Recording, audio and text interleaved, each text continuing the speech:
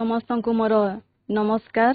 ମୁଁ ବିନିତା ମିଞ୍ଜ, ସରକାରୀ ଉଚ୍ଚ ବିଦ୍ୟାଳୟ କିରିଂସେରା, କୁତ୍ରା ବ୍ଲକ, ସୁନ୍ଦରଗଡ଼। ସମସ୍ତଙ୍କୁ ଆଜିର ଏହି ଭର୍ଚୁଆଲ କ୍ଲାସରେ ସ୍ୱାଗତ। ତ ପିଲାମାନେ, ଆଜି ଆମେ ରାଜନୀତି ବିଜ୍ଞାନ ପଢ଼ିବା। ତ ପଢ଼ିବା ପୂର୍ବରୁ ତମ ପାଇଁ ଗୋଟିଏ ପ୍ରଶ୍ନ ରହିଲା। ପ୍ରଥମେ କେଉଁ କମ୍ପାନୀ ଭାରତକୁ ବାଣିଜ୍ୟ କରିବା ଉଦ୍ଦେଶ୍ୟରେ ଆସିଥିଲା? ଜାଣିଛ ପିଲେ? ତାହେଲେ ଭାରତକୁ ପ୍ରଥମେ ବିଲାତର ଇଷ୍ଟ ଇଣ୍ଡିଆ କମ୍ପାନୀ ବାଣିଜ୍ୟ କରିବା ଉଦ୍ଦେଶ୍ୟରେ ଆସିଥିଲା। ଆଉ ଏହି ବିଲାତର ଇଷ୍ଟ ଇଣ୍ଡିଆ କମ୍ପାନୀ ବାଣିଜ୍ୟ କରିବା ଉଦ୍ଦେଶ୍ୟରେ ଆସି ଏହି ଚତୁର କମ୍ପାନୀ ଅଙ୍ଗୁଳି ପ୍ରବେଶରୁ ବାହୁ ପ୍ରବେଶ ପରି ଧୀରେ ଧୀରେ ନିଜର ସାମ୍ରାଜ୍ୟ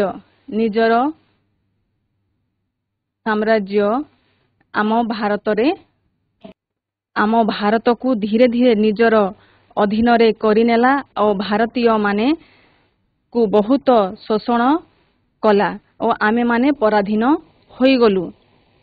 ଆମକୁ ସ୍ୱାଧୀନ ହେବା ପାଇଁ ବହୁତ ଇଂରେଜ ମାନଙ୍କ ବିରୁଦ୍ଧରେ କରିବା ପାଇଁ ପଡ଼ିଲା। ତ ପିଲାମାନେ, ଆଜି ଆମେମାନେ ତମର ଇତିହାସ ଓ ରାଜନୀତି ବିଜ୍ଞାନର ଦ୍ୱିତୀୟ ପାଠ ସ୍ୱାଧୀନତା ସଂଗ୍ରାମ ଓ ଭାରତ ସମ୍ବିଧାନର ଗଠନ ପଢ଼ିବା।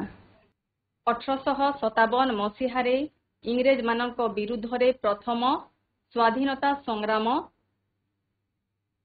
ହୋଇଥିଲା ଆଉ ତାହା ଥିଲା ସିପାହୀ ବିଦ୍ରୋହ। ଆଉ ଏହି ବିଦ୍ରୋହ ପରେ ଅସନ୍ତୋଷ ଭାରତୀୟମାନଙ୍କୁ ସନ୍ତୁଷ୍ଟ କରିବା ପାଇଁ, ଶାନ୍ତ କରିବା ପାଇଁ ଏହି ଘୋଷଣାନାମା ବଳରେ ଭାରତୀୟ ପ୍ରଜାମାନେ ବ୍ରିଟିଶ ସାମ୍ରାଜ୍ୟର ଯେକୌଣସି ସ୍ଥାନରେ ରହିଲେ ମଧ୍ୟ ବ୍ରିଟିଶ ପ୍ରଜାମାନଙ୍କ ପରି ସମାନ ଅଧିକାର ଉପଭୋଗ କରିପାରିବେ। ଏହାପରେ ଶିକ୍ଷାଗତ ଯୋଗ୍ୟତା ଅନୁସାରେ ଭାରତୀୟମାନେ ସରକାରୀ ଚାକିରିରେ ନିଯୁକ୍ତି ପାଇବେ। ଏହାପରେ ଆସିଲା 1861 ମସିହା ଭାରତୀୟ ପରିଷଦ ଆଇନ। ଏହି ଆଇନ ବଳରେ ଭାଇସରାୟଙ୍କର ଏକ ଇମ୍ପେରିଆଲ ବିଧାନ ପରିଷଦ ଗଠନ କରାଗଲା। ଭାରତୀୟମାନେ ଆଇନ ପ୍ରଣୟନ ପାଇଁ ଅଧିକ ସୁଯୋଗ ପାଇଲେ। ଏହାପରେ 1892 ମସିହା ଶାସନ ସଂସ୍କାର ଆଇନ। ଏହି 1892 ମସିହା ଶାସନ ସଂସ୍କାର ଆଇନରେ ଭାରତୀୟମାନଙ୍କ ଦାବିକୁ ଇଂରେଜ ସରକାରଙ୍କ ନିକଟରେ ଉପସ୍ଥାପନ କରି ଭାରତରେ ସ୍ୱାଧୀନତା ଆଣିବା ପାଇଁ 1885 ମସିହାରେ ଆଲାନ ଅକ୍ଟାଭିଆନ ହ୍ୟୁମଙ୍କ ଉଦ୍ୟମରେ ଭାରତୀୟ ଜାତୀୟ କଂଗ୍ରେସ ସୃଷ୍ଟି ହେଲା। ତାହେଲେ ପିଲାମାନେ, କେବେ ଜାତୀୟ କଂଗ୍ରେସ ସୃଷ୍ଟି ହୋଇଥିଲା? କେଉଁ ମସିହାରେ ଜାତୀୟ କଂଗ୍ରେସ ସୃଷ୍ଟି ହୋଇଥିଲା? 1885 ମସିହାରେ ଜାତୀୟ କଂଗ୍ରେସ ସୃଷ୍ଟି ହୋଇଥିଲା। କାହାଙ୍କ ଉଦ୍ୟମରେ ଜାତୀୟ କଂଗ୍ରେସ ସୃଷ୍ଟି ହୋଇଥିଲା? ଆଲାନ ଅକ୍ଟାଭିଆନ ହ୍ୟୁମଙ୍କ ଉଦ୍ୟମରେ ଭାରତୀୟ ଜାତୀୟ କଂଗ୍ରେସର ସୃଷ୍ଟି ହୋଇଥିଲା। ଆଉ ଉମେଶ ଚନ୍ଦ୍ର ବାନାର୍ଜୀ ଭାରତୀୟ କଂଗ୍ରେସର ପ୍ରଥମ ସଭାପତି ଥିଲେ। ହେଲେ ଭାରତୀୟ କଂଗ୍ରେସର ପ୍ରଥମ ସଭାପତି କିଏ ଥିଲେ? ଉମେଶ ଚନ୍ଦ୍ର ବାନାର୍ଜୀ ଭାରତୀୟ କଂଗ୍ରେସର ପ୍ରଥମ ସଭାପତି ଥିଲେ। ଏହାପରେ 1909 ମସିହା ମର୍ଲେମିଣ୍ଟ ଶାସନ ସଂସ୍କାର। 1905 ମସିହାରେ ବଙ୍ଗ ବିଭାଜନ ହୋଇଥିଲା। କେବେ ବଙ୍ଗ ବିଭାଜନ ହୋଇଥିଲା? ନା 1905 ମସିହାରେ ବଙ୍ଗ ବିଭାଜନ ହୋଇଥିଲା। ଏହା ପୂର୍ବରୁ बंग आम भारत सहित रहिथिला आ 1905 मसीहारे यह विभाजन होई बंग होइथिला। और एही आईन रे सांप्रदायिक विभेद सृष्टि करिबा प्रशासनर लक्ष्य थिला। एही शासन संस्कार रे प्रथम थर पई मुसलमान मानक पई अलगा निर्वाचन मंडली सुपारिश करा गला। तापरे 1861 मसीहा भारतीय परिषद आईन। एही आईन बलरे भाइसरायंकर एक इंपेरियल विधान परिषद गठन करा गला। आउ भारतीय माने आईन प्रणयन पाई अधिक सुजोग पाइले। 1919 मसीहा भारत शासन संस्कार आईन। 1918 मसीहारे शासन सचिव मॉन्टेग्यू एवं 1918 मसीहारे शासन सचिव मॉन्टेग्यू एवं भाइसराय चेम्सफोर्ड भारत आसी कांग्रेस रो नेता मानक सहित आलोचना करी 1919 मसीहारे भारत रे शासन संस्कार आनिबा पाई जेउ प्रस्ताव देइथिले एहा 1919 मसीहा भारत संस्कार आईन नामरे नामित। आ एही शासन व्यवस्था रे क्षमता गुड़ी को दुई भाग रे विभक्त करा गला तथा संरक्षित और हस्तांतरित क्षमता। ताहले संरक्षित क्षमता गुड़ी को गवर्नर का हाथ रे और हस्तांतरित क्षमता भारतीय सदस्य मानक उपरे रहिला। ताहले पिला माने शासन व्यवस्था रे क्षमता गुड़ी को दुई भाग रे विभक्त करा गला। कोन कोन? संरक्षित और हस्तांतरित क्षमता। और संरक्षित क्षमता गुड़िक गवर्नर को हाथ रे दिया गला और हस्तांतरित क्षमता भारतीय सदस्य मानक उपरे रहिला। यहाँ पर 1919 मसीहारे अमृतसर जालियानावाला बाग ठारे जेनेराल डायर द्वारा गणहत्या होइथिला। मने रखिबो पिला माने 1919 मसीहारे केते मसीहारे 1919 मसीहारे 1919 मसीहारे अमृतसर जालियानावाला बाग ठारे जेनेराल कहां को द्वारा जेनेराल डायर को द्वारा गणहत्या होई थिला। एही 1919 मसीहारे खिलाफत आंदोलन मध्य होई थिला।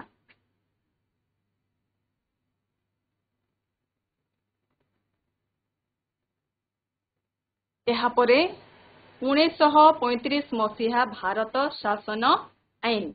1935 मसीहारे ब्रिटिश पार्लियामेंट भारत शासन आईन प्रणयन कले। एथिरे भारत रे एक संघीय राष्ट्र सृष्टि करिबा व्यवस्था रहिला। ब्रिटिश पार्लियामेंट हातरे उक्त आईन रे संशोधन एवं परिवर्तन करिवार अधिकार न्यस्त करागला दिया गला। और केंद्र राज्य मध्य रे क्षमता बंटन रे व्यवस्था करा गला। यहाँ पर देखिबा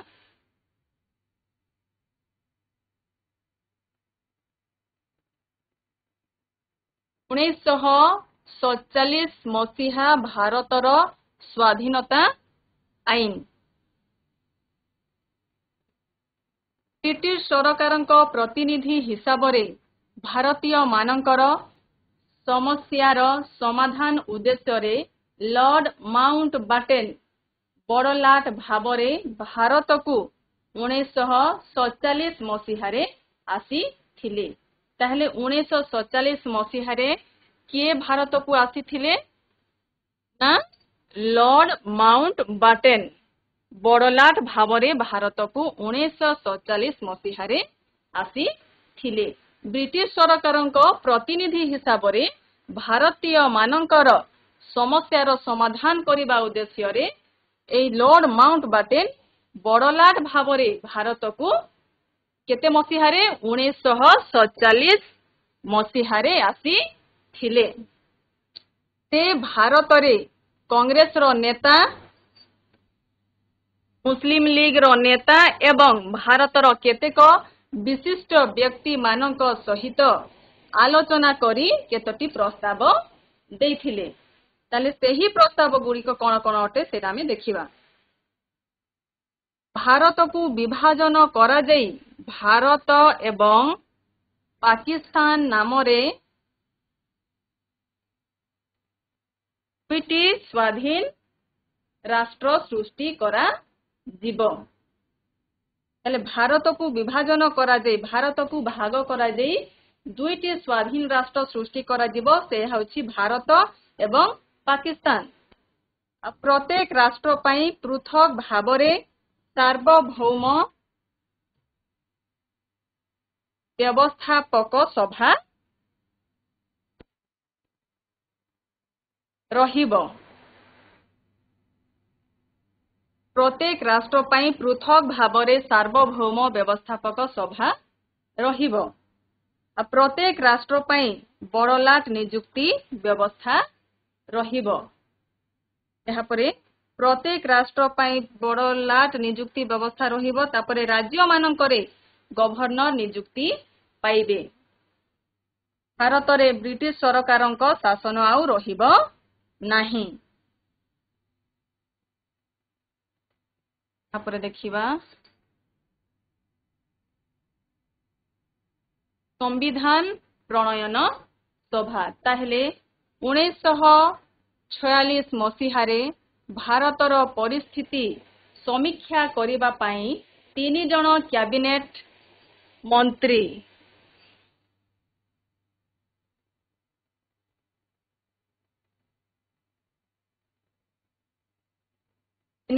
कैबिनेट मंत्री भारत को आसीथिले। आ एहाकू कैबिनेट मिशन कुहा जाए। ताहेले काहाकू कैबिनेट मिशन कुहा जाए? 1946 मसीहारे भारतर परिस्थिति को समीक्षा करिबा पाई केते जन 3 जन कैबिनेट मंत्री भारत को आसीथिले। आ एहाकू कैबिनेट मिशन कुहा जाए।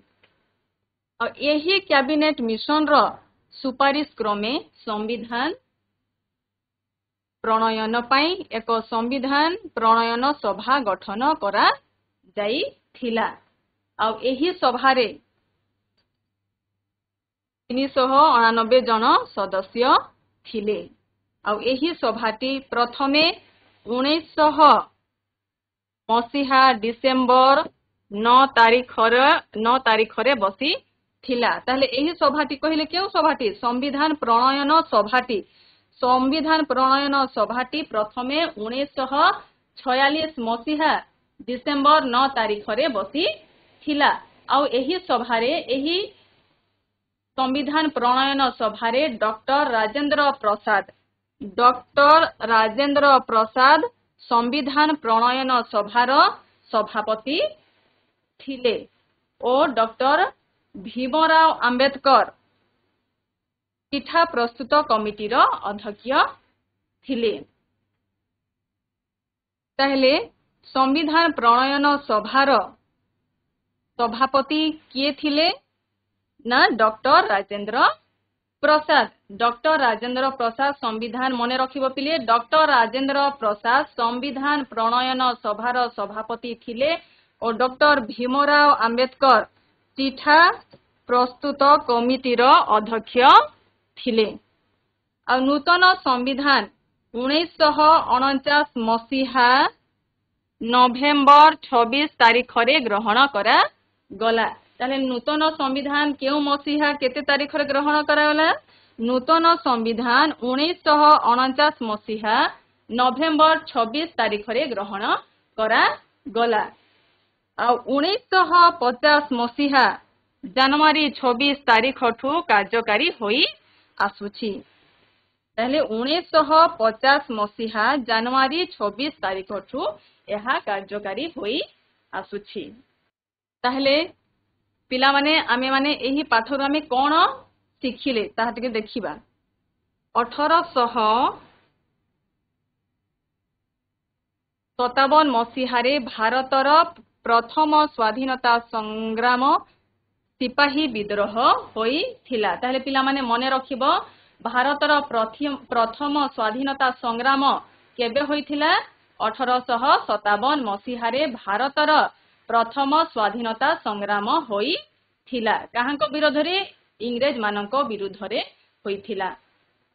1858 ମସିହା ମହାରାଣୀ ଭିକ୍ଟୋରିଆଙ୍କର ଘୋଷଣାନାମା ବଳରେ ଇଷ୍ଟ ଇଣ୍ଡିଆ କମ୍ପାନୀ ଠାରୁ କ୍ଷମତା ମହାରାଣୀଙ୍କୁ ଦିଆଗଲା। ତାହେଲେ ପୂର୍ବେ ଇଷ୍ଟ ଇଣ୍ଡିଆ କମ୍ପାନୀ ପାଖରେ ଯୋଉ କ୍ଷମତା ଥିଲା ସେଟା 1858 ମସିହାରେ ମହାରାଣୀ ଭିକ୍ଟୋରିଆଙ୍କୁ ଦିଆଗଲା। 1817 ମସିହା ଭାରତୀୟ ପରିଷଦ ଆଇନ ବଳରେ ଇମ୍ପେରିଆଲ ବିଧାନ ପରିଷଦ ଗଠନ କରାଗଲା। ଆଉ 1885 ମସିହାରେ ଭାରତୀୟ ଜାତୀୟ କଂଗ୍ରେସ ସୃଷ୍ଟି ହେଲା। ଆଉ 1909 ମସିହା ମର୍ଲେ ମିଣ୍ଟର ଶାସନ ସଂସ୍କାର ଆଇନ ଦ୍ୱାରା ମୁସଲମାନ ମାନଙ୍କ ପାଇଁ ପୃଥକ ନିର୍ବାଚନ ବ୍ୟବସ୍ଥା କରାଗଲା। ତାପରେ 1935 ମସିହା ଭାରତ ଶାସନ ଆଇନରେ ଭାରତର ଏକ ସଂଘୀୟ ରାଷ୍ଟ୍ର ସୃଷ୍ଟି କରିବାର ବ୍ୟବସ୍ଥା ରହିଲା। ତାପରେ 1947 ମସିହା ଭାରତର ସ୍ୱାଧୀନତା ଆଇନରେ ବ୍ରିଟିଶ ସାମ୍ରାଜ୍ୟ ଆଧିପତ୍ୟ ଭାରତରେ ଲୋପ ପାଇଲା ଓ ଭାରତ ଏବଂ ପାକିସ୍ତାନ ଦୁଇଟି ଅଲଗା ଅଲଗା ରାଷ୍ଟ୍ର ସୃଷ୍ଟି ହେଲା। ଆଉ ସମ୍ବିଧାନ ପ୍ରଣୟନ ସଭା ଦ୍ୱାରା ଭାରତର ନୂତନ ସମ୍ବିଧାନ ତିଆରି ହେଲା। ତାହେଲେ ପିଲାମାନେ ଏବେ ମାନେ ତମେ କେତେ ମନେ ରଖିଛ? ପ୍ରଶ୍ନର ଉତ୍ତର କରିବା। ତାହେଲେ ପିଲାମାନେ ପ୍ରଶ୍ନର ଉତ୍ତର କହିବ। ପ୍ରଶ୍ନ ନମ୍ବର 1 ଠିକ ଉତ୍ତର ବାଛି ଶୂନ୍ୟସ୍ଥାନ ପୂରଣ କର। କ ନମ୍ବର ସିପାହୀ ବିଦ୍ରୋହ ଡାଏସ ମସିହାରେ ହୋଇଥିଲା? ସିପାହୀ ବିଦ୍ରୋହ ଡାଏସ ମସିହାରେ ହୋଇଥିଲା? ପିଲାମାନେ ଉତ୍ତର କହ। ସିପାହୀ ବିଦ୍ରୋହ ଡାଏସ ମସିହାରେ? Very good. 1857 ମସିହାରେ। Very good. ତାହେଲେ ସିପାହୀ ବିଦ୍ରୋହ 1857 ମସିହାରେ ହୋଇଥିଲା। ଖ ନମ୍ବର ବଙ୍ଗ ବିଭାଜନ ଡାଏସ ମସିହାରେ ହୋଇଥିଲା? 1905। Very good. 1905। Very good. Banga ବିଭାଜନ 1905 ମସିହାରେ ହୋଇଥିଲା। କ ନମ୍ବର ପ୍ରଶ୍ନ ସମ୍ବିଧାନ ପ୍ରଣୟନ ସଭାରେ ଡାଏସ ଜଣ ସଦସ୍ୟ ଥିଲେ? 389। ଭଲ 389 ଜଣ ସଦସ୍ୟ ଥିଲେ। ଘ ନମ୍ବର ପ୍ରଶ୍ନ 1950 ମସିହା ଡାଏସ ତାରିଖ ଠାରୁ ନୂତନ ସମ୍ବିଧାନ କାର୍ଯ୍ୟକାରୀ ହୋଇ ଆସୁଛି? ଜାନୁଆରୀ 26। ଜାନୁଆରୀ 26। ଗୁଡ ଗୁଡ। ଜାନୁଆରୀ 26। ତାହେଲେ 1950 ମସିହା ଜାନୁଆରୀ 26 ତାରିଖ ଠାରୁ ନୂତନ ସମ୍ବିଧାନ କାର୍ଯ୍ୟକାରୀ ହୋଇ ଆସୁଛି। ତ ପିଲାମାନେ ନେକ୍ସଟ ପ୍ରଶ୍ନକୁ ଯିବା। ଏଥିରେ ମଧ୍ୟ ଉତ୍ତର କହିବ। କେବେ ଭାରତୀୟ ଜାତୀୟ କଂଗ୍ରେସ ସୃଷ୍ଟି ହେଲା? କେବେ ଭାରତୀୟ ଜାତୀୟ କଂଗ୍ରେସ ସୃଷ୍ଟି ହେଲା? 1885 ମସିହାରେ ଭାରତ ଜାତୀୟ କଂଗ୍ରେସ ସୃଷ୍ଟି ହେଲା। Very good. 1885 ମସିହାରେ ଭାରତୀୟ ଜାତୀୟ କଂଗ୍ରେସ ସୃଷ୍ଟି ହେଲା। କ ନମ୍ବର କିଏ ଭାରତୀୟ କଂଗ୍ରେସର ପ୍ରଥମ ସଭାପତି ଥିଲେ? ଡକ୍ଟର ରାଜେନ୍ଦ୍ର ପ୍ରସାଦ। ଡକ୍ଟର ରାଜେନ୍ଦ୍ର ପ୍ରସାଦ। ତାହେଲେ ଉତ୍ତର ହେଉଛି ଉମେଶ ଚନ୍ଦ୍ର ବାନାର୍ଜୀ। ନେକ୍ସଟ ପ୍ରଶ୍ନ ସମ୍ବିଧାନ ପ୍ରଣୟନ ସଭାର ସଭାପତି କିଏ ଥିଲେ? ଡକ୍ଟର ଭୀମରାଓ ଆମ୍ବେଦକର। ଡକ୍ଟର ଭିଆରାମ ଆମ୍ବେଦକର। ଉତ୍ତର ହେଉଛି ଡକ୍ଟର ରାଜେନ୍ଦ୍ର ପ୍ରସାଦ ସମ୍ବିଧାନ ପ୍ରଣୟନ ସଭାର ସଭାପତି ଥିଲେ। କେଉଁ ମସିହାରେ ଅମୃତସରର ଜାଲିଆନାୱାଲା ବାଗ ଠାରେ ଗଣହତ୍ୟା ହୋଇଥିଲା? କହ ପିଲାମାନେ ଉତ୍ତର କହ। କେଉଁ ମସିହାରେ ଅମୃତସରର ଜାଲିଆନାୱାଲା ବାଗ ଠାରେ ଗଣହତ୍ୟା ହୋଇଥିଲା? 1919 ଭେରି ଗୁଡ୍ 1919 ମସିହାରେ। ହଁ ଭେରି ଗୁଡ୍। ଏବେ ନେକ୍ସଟ ପ୍ରଶ୍ନକୁ ଯିବା। କ ସ୍ତମ୍ଭର ମସିହା ସହିତ ଖ ସ୍ତମ୍ଭର ଘଟଣାକୁ ଗାର ଟାଣି ଯୋଡ଼। କ ସ୍ତମ୍ଭର ରହିଛି 1858, 1861, 1892, 1809, 1909, 1919।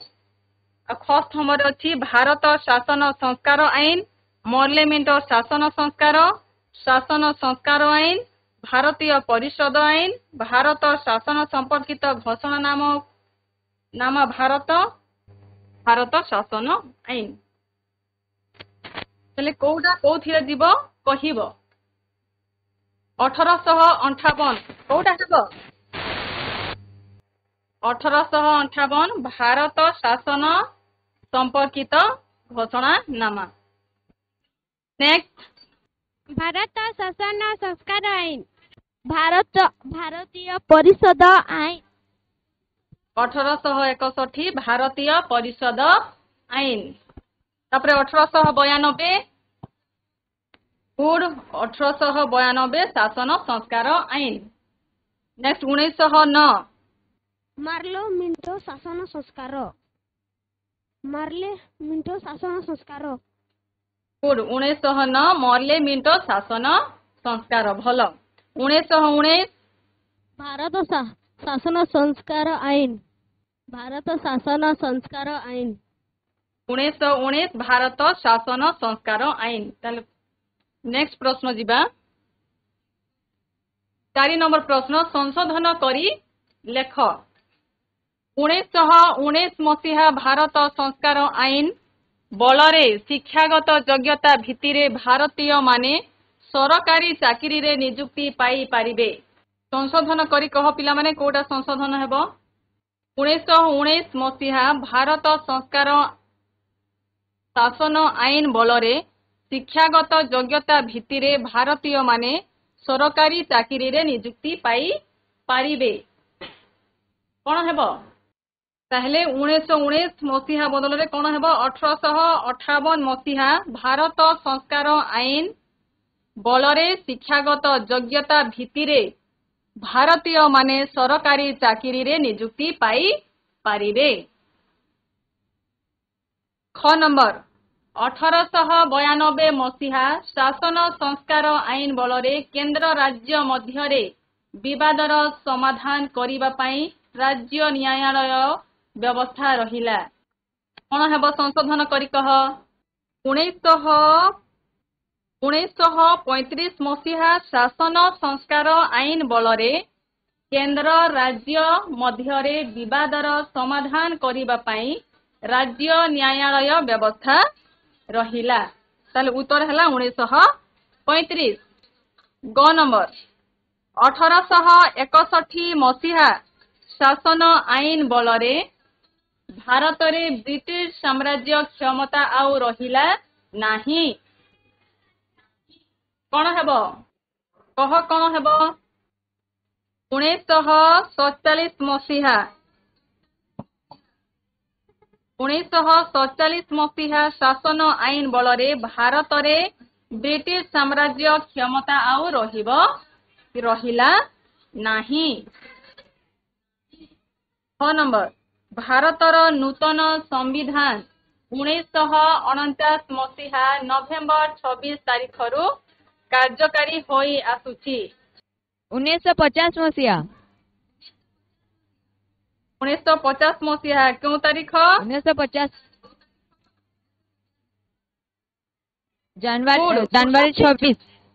ଭେରି ଗୁଡ୍ 1950 ମସିହା ଜାନୁଆରୀ 26 ତାରିଖ। 1950 ମସିହା ଜାନୁଆରୀ 26 ତାରିଖରୁ କାର୍ଯ୍ୟକାରୀ ହୋଇ ଆସୁଛି। ନେକ୍ସଟ ପ୍ରଶ୍ନ। ତାହେଲେ ପିଲାମାନେ ତୁମ ପାଇଁ ଗୃହ କାର୍ଯ୍ୟ ରହିଛି।